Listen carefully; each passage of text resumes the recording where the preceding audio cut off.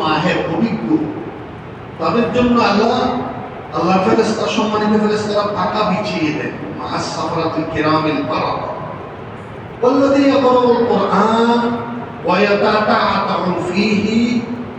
আর কিছু কোরআন পাঠকারী আছে যারা কষ্ট করে কোরআন পাঠ করে, তাদের জবান পরিষ্কার চলে না, কোরআনকে পড়তে পাঠ করতে কষ্ট হয়। আল্লাহ নবী বলেন তাদের জন্য দুইটা আজব, দুইটা বিনিময়, সুবহানাল্লাহ। তাদের জন্য বিনিময় দুইটা, এক তো কষ্ট করছে পাঠ করছে, আর এক তো কষ্ট করতেছে। তাহলে তাদের জন্য দুইটা বলেছেন মুহাম্মদুর রাসূলুল্লাহ সাল্লাল্লাহু আলাইহি ওয়াসাল্লাম।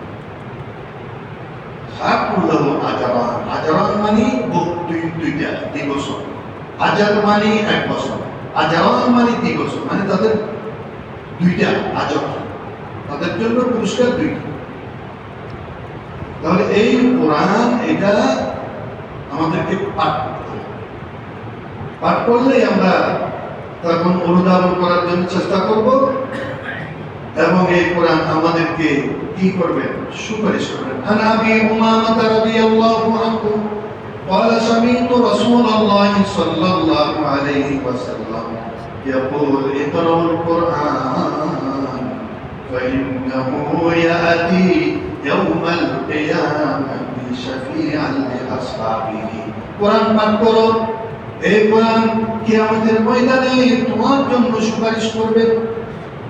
কোরআনের সুপারিশ পাওয়ার জন্য যদি আশা করি, তাহলে কোরআনকে পাঠ করতে হবে, উদ্ধাবন করতে হবে, কোরআনকে বুঝতে হবে, বুঝে বুঝে আমল করতে হবে, তখনই পরিপূর্ণ পাঠের যেটা 100% বললাম। নবী করিম সাল্লাল্লাহু আলাইহি ওয়াসাল্লামের আরেক হাদিসে সামিআতু রাসূলুল্লাহ সাল্লাল্লাহু আলাইহি ওয়াসাল্লাম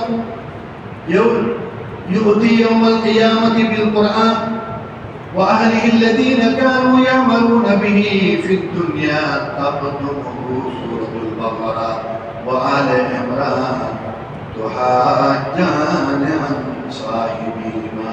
নবী করিম সাল্লাল্লাহু আলাইহি ওয়াসাল্লামের সাহাবী নওয়াস ইবনে সামাআন বর্ণনা করেছেন, রাসূলুল্লাহ সাল্লাল্লাহু আলাইহি ওয়াসাল্লাম ইরশাদ করেছেন, বিচারের দিন মহান আল্লাহর সামনে পেশ করা হবে। কোরআন ইহজগতে তার আমলকারীদেরকে বিচারের দিন নবী করিম সাল্লাল্লাহু আলাইহি ওয়াসাল্লামের সামনে তাদেরকে পেশ করা হবে। সূরা বাকারা, সূরা আলে ইমরান তার আগে আগে থাকবে। যে মানুষটা আল্লাহর সামনে পেশ করা হবে, তাদের সামনে সূরা বাকারা, সূরা আলে ইমরান তাদের সামনে অগ্রগামী হবে, থাকতে থাকবে, এবং তাদের পাঠকারীর সপক্ষে কি করবে? সুপারিশ করবে। তাহলে এই সূরা বাকারার মর্যাদা, আলে ইমরানের মর্যাদা আমরা বুঝতে পারি নাই। এই আলে ইমরান, এই বাকারা আমার জন্য সুপারিশকারী, পুরো কোরআন আমার জন্য সুপারিশ করবে। নবী আকরাম সাল্লাল্লাহু আলাইহি ওয়াসাল্লামের সাহাবী উসমান রাদিয়াল্লাহু তাআলা আনহু বলেন, নবী করিম সাল্লাল্লাহু আলাইহি ওয়াসাল্লাম ইরশাদ করেছেন, খায়রুকুম মান তাআল্লামাল কুরআন ওয়া আল্লামা। রাওয়াহুল বুখারী, বুখারী শরীফের হাদিসে হযরত উসমান রাদিয়াল্লাহু তাআলা আনহু বর্ণনা করেছেন, মুহাম্মদুর রাসূলুল্লাহ সাল্লাল্লাহু আলাইহি ওয়াসাল্লাম ইরশাদ করেছেন, তোমাদের মধ্যে উত্তম মানুষ কোনটা? তোমাদের মধ্যে উত্তম মানুষ কোনটা? মান তাআল্লামাল কুরআন, যে কোরআন শিক্ষা করে, ওয়া আল্লামা, শিক্ষা দেয়, শিক্ষা করে, তার সেই সবচাইতে উত্তম মানুষ। তাহলে কোরআন শিক্ষাকারী এবং শিক্ষাদানকারী, এই মানুষটা, এই দুইটা মানুষ তোমাদের মধ্যে উত্তম মানুষ। আমরা উত্তম মানুষ মনে করি শান শৌকত গাড়ি, শান শৌকত বাড়ি, শান শৌকত পদবি নিয়ে যদি একজন মানুষ রাস্তা দিয়ে হাঁটে, মনে করি এটা উত্তম মানুষ। কিন্তু নবী বলেন এটা উত্তম মানুষ নয়। উত্তম মানুষ হচ্ছে যে কোরআন শিক্ষা দেয়, কোরআন শিক্ষা অর্জন করে। ওই গাড়ি শান শৌকত বাড়িওয়ালা, শান শৌকত গাড়িওয়ালা, শান শৌকত পোশাকওয়ালা, শান শৌকত পদবিওয়ালা যদি কোরআন মালিক হয়, কোরআনের মাহের হয়, তাহলে সেটা উত্তমের উপর উত্তম। সুবহানাল্লাহি ওয়া বিহামদিহি, নূরুন আলা নূর। যে সবকিছু সাম্ভার কোরআনের মধ্যেও মাহের, তাহলে সেটা হচ্ছে নূরুন আলা নবী আকরাম সাল্লাল্লাহু আলাইহি ওয়াসাল্লামের হাদিসে عن أبي موسى الأشعري رضي الله تعالى عنه قال قال رسول الله صلى الله عليه وسلم مثل المؤمن الذي يقرأ القرآن مثل الأترجة ريحها طيب وطعمها طيب ومثل المؤمن الذي لا يقرأ القرآن كمثل التمرة لا ريح لها ولا طعمها حلوة ومثل المنافق الذي يقرأ القرآن كمثل الريحانة ريحها طيب وطعمها مر ومثل المنافق الذي لا يقرأ القرآن كمثل الحنجلة ليس لها ريح وطعمها مر متفق عليه বুখারী শরীফ মুসলিম শরীফ दोनों হাদিস গ্রন্থে এই হাদিসটা আসছে খুবই গুরুত্বপূর্ণ হাদিস আবু মুসা আশআরী বর্ণনা করেছেন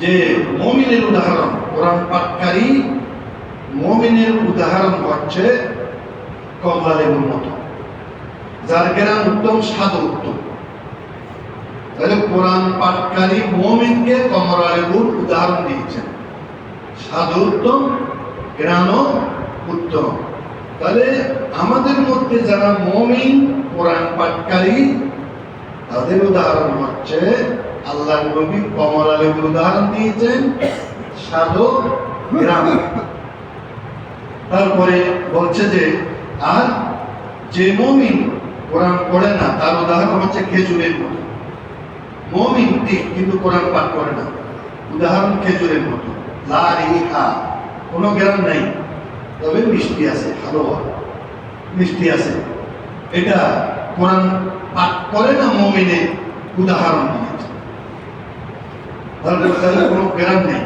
খেজুরের মতো আর তারপরে যেটা ওমাসালুল মুমিন লা ইয়াকরাউল কোরআন কামাসাল রিহা ওমাসালুল মুনাফিক মুনাফিকের উদাহরণ দিয়েছেন সেটা বুঝতে হবে যে মুনাফিকের উদাহরণ অন্যদিকে কোরআন পাঠকারী মুনাফিক যেটা মুনাফিকের উদাহরণ হচ্ছে সুগন্ধিময় তুলসী গাছের মতো সুগন্ধিময় তুলসী গাছ যার ঘ্রাণ আছে ঘ্রাণ